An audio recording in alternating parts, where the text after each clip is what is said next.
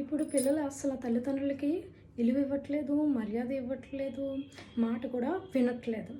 దీనికి కారణం అంటే ఇప్పుడున్న సమాజం బట్ట అంటే మనిషి యొక్క తల్లిదండ్రులు పెద్దవాళ్ళు ఏముంది, ముసలి వాళ్ళు ఏముంది, వయసులో ఉన్న వాళ్ళు చిన్నపిల్లలు కూడా చూస్తే సమాజం మనుషులంతా కూడా తప్పుంది.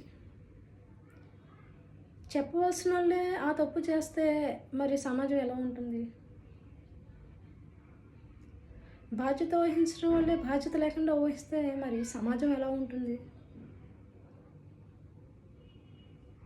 మంచి మాట మాట్లాడే నోటంటే చెడు పలికితే మరి సమాజం ఎలా ఉంటుంది?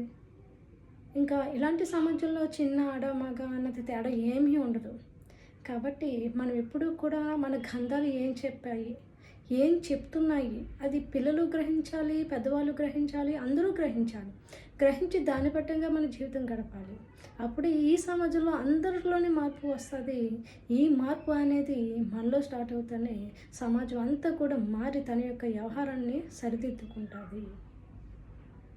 అది మనం ఎప్పుడు కూడా తల్లిదండ్రులను గౌరవించాలి, ప్రేమించాలి, వాళ్ళ మాట వినాలి.